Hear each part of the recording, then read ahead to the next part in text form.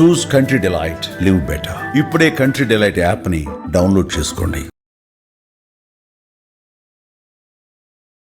నమస్తే, మీరు చూస్తున్న సుమన్ టీవీ. నేను మీ కీర్తి.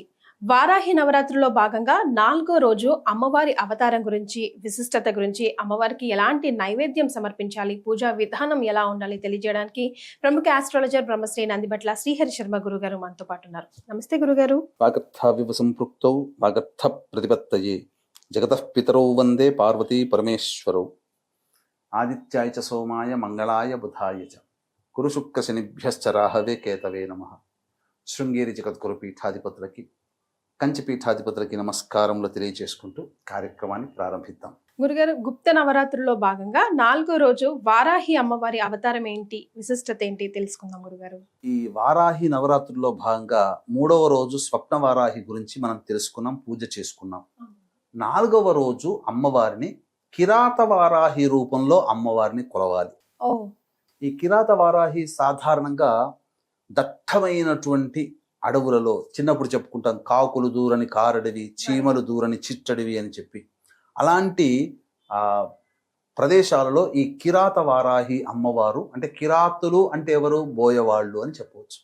అంటే ఆ తెగకు చెందినటువంటి వ్యక్తులు. ఆ విధంగా అడవుల్లో సంచరించే దేవత ఈ అమ్మవారు. ఇంకొక అమ్మవారు కూడా ఉన్నది, వనదుర్గ అమ్మవారు, వనాల్లో సంచరించేటువంటిది. ఆ అమ్మవారైనా గొప్పదే, కిరాత వారాహి కూడా గొప్పదే.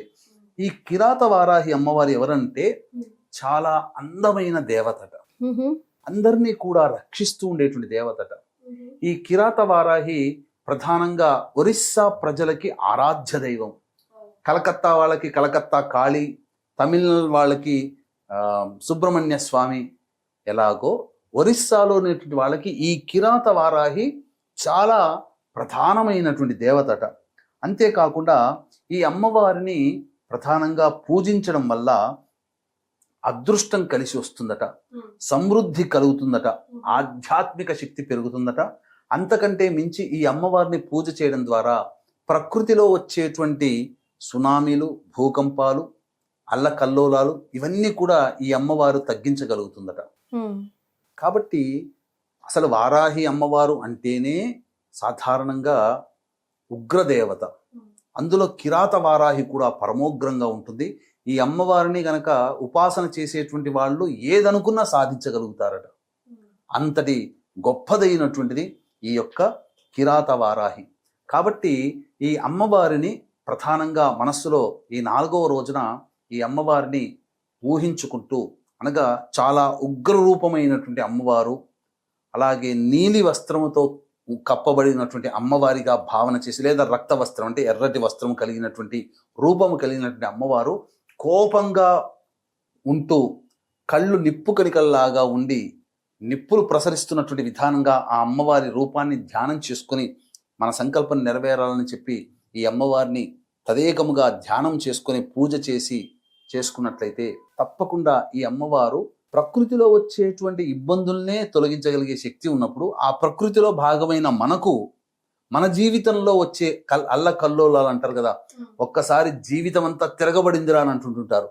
అంటే చిన్న పొరపాటు పెద్ద శిక్షను అనుభవింపచేలా చేసింది. ఆ చిన్న పొరపాటు కూడా మనకు రాకుండా అన్ని వేళల్లా ఈ వారాహి అమ్మవారు మనల్ని సదా రక్షిస్తూ ఉంటుంది. ఈ అమ్మవారిని పూజ చేయడం వల్ల అదృష్టం కలిసి వస్తుందని చెప్పబడింది. అదృష్టం అంటే ఏంటమ్మా, ఏ పని చేసినప్పటికీ కూడా మనము ఆ పని ఒక్క దగ్గర దాకా వచ్చి వెనక్కి వెళ్ళిపోయింది. ఉద్యోగం కోసం ప్రయత్నం చేస్తుంటారు, ఒక్క మార్కులో ఉద్యోగం పోయింది, ఒక్క మార్కులో సీటు పోయింది, అలా కొద్దిగా ఉంటే మనకు లక్కు కలిసి వచ్చేదేమో అనేటువంటి సందర్భంలో ప్రతి కుటుంబంలో ఎవరో ఒకరు అంటుంటారు, టెండర్లు వేస్తారు, ఒక్క 100 రూపాయలు మనం తగ్గించి వేసి ఉంటే మనకు వచ్చేదేమో. అంటే ఈ అదృష్టము దగ్గర దాకా వచ్చి వెనక్కి వెళ్ళి మనల్ని దోబూచులాడుతుంటుంది కదా. అటువంటి వాళ్ళు ఈ అమ్మవారిని ఆరాధన చేయడం వల్ల అటువంటి దురదృష్టం పోయి అదృష్టం కలిసి వస్తుందని చెబుతుంటారు. సమృద్ధి కలిసి వస్తుంది. సమృద్ధి అంటే కుటుంబంలో ఇంట్లో ఉండాల్సిన వస్తువులన్నీ కూడా, పాడి పంట అన్నీ ఉన్నాయనుకోండి, ఏమవుతుంది, ఆ కుటుంబం సమృద్ధిగా ఉంది అని అంటారు. ఒక చెట్టుకి మంచి పూత పూసి కాయ కాసి పండు కాస్తే ఆ చెట్టు సమృద్ధిగా ఉందిరా అని అంటారు. కాబట్టి ఎవరి జీవితం అయితే ఆనందంగా ఉండి ఎటువంటి బాధలు లేకుండా కష్ట నష్టాలు లేకుండా పిల్ల పాపలు మనవళ్ళతో సంసారం తలదూగుతూ ఉంటుంటే ఏ సమస్య లేకుండా ఉంటే ఆ కుటుంబం సమృద్ధిగా ఉందిరా అని అంటుంటారు. అలాంటి సమృద్ధి కలిగినటువంటి జీవితాన్ని ఈ 4వ రోజు కిరాత వారాహి రూపంలో అమ్మవారిని కొలవడం ద్వారా మనకు సంప్రాప్తమవుతుంది. కాబట్టి వీక్షించేటువంటి ప్రేక్షకులు కూడా ప్రతిరోజు కూడా శ్రద్ధగా చేసుకుంటూ ఉంటుంటారు. ఈ శ్రద్ధగా చేసుకునేటువంటి పూజా కార్యక్రమాల్లో హోమము పూర్ణాహుతితో సమాప్తమవుతుంది. అలాగే ఇట్లాంటి హోమం చేసుకోలేనటువంటి బాధపడేటువంటి వాళ్ళు ముఖ్యంగా 4 రోజుల పాటు చక్కగా ఎంతో వివరంగా చెబుతున్నారు. ఇటువంటి అవకాశం మనం చేసుకోలేకపోతున్నామే, ఇటువంటి ఏ రకంగా చేస్తే మనకు ఇంతటి అమ్మవారి అనుగ్రహం మనకు కలుగుతుందని చెప్పి భావించే వాళ్ళు ఉంటారు. అటువంటి వాళ్ళ కోసం చక్కటి అవకాశము జూలై 5వ తారీఖు రోజున మన పీఠం ఆధ్వర్యంలో ఈ 9 అవతారాలకు సంబంధించినటువంటి వారాహి అమ్మవార్ల యొక్క హోమాది కార్యక్రమాలు జరిపించడం జరుగుతుంది. మధ్యాహ్నం 3 గంటలకి ప్రారంభమవుతాయి. 5వ తారీఖు 12 గంటల లోపల మీ గోత్రనామాలు నమోదు చేసుకోవచ్చు. ఈ కార్యక్రమంలో నమోదు చేసుకున్నటువంటి వాళ్ళకి శక్తిపాతము చేయబడినటువంటి శంకరుంగలి మాలని మీకు అందివ్వడం జరుగుతుంది. అవకాశం ఉన్న వాళ్ళు కార్యక్రమ తదనంతరం కాంటాక్ట్ చేసి పూర్తి వివరాలు తెలుసుకోవచ్చు. గురుగారు, మరి 4వ రోజు అమ్మవారికి ఎలాంటి నైవేద్యం సమర్పించాలంటారు?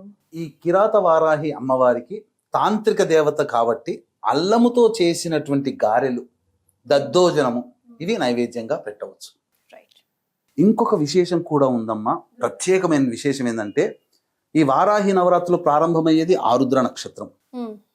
10వ తేదీ అనగా శుక్రవారం నాడు అమ్మవారి ఉద్వాసన చెయ్యకూడదు కాబట్టి శనివారం నాడు దశమి తిథి రోజున ఉద్వాసన చెయ్యాలి.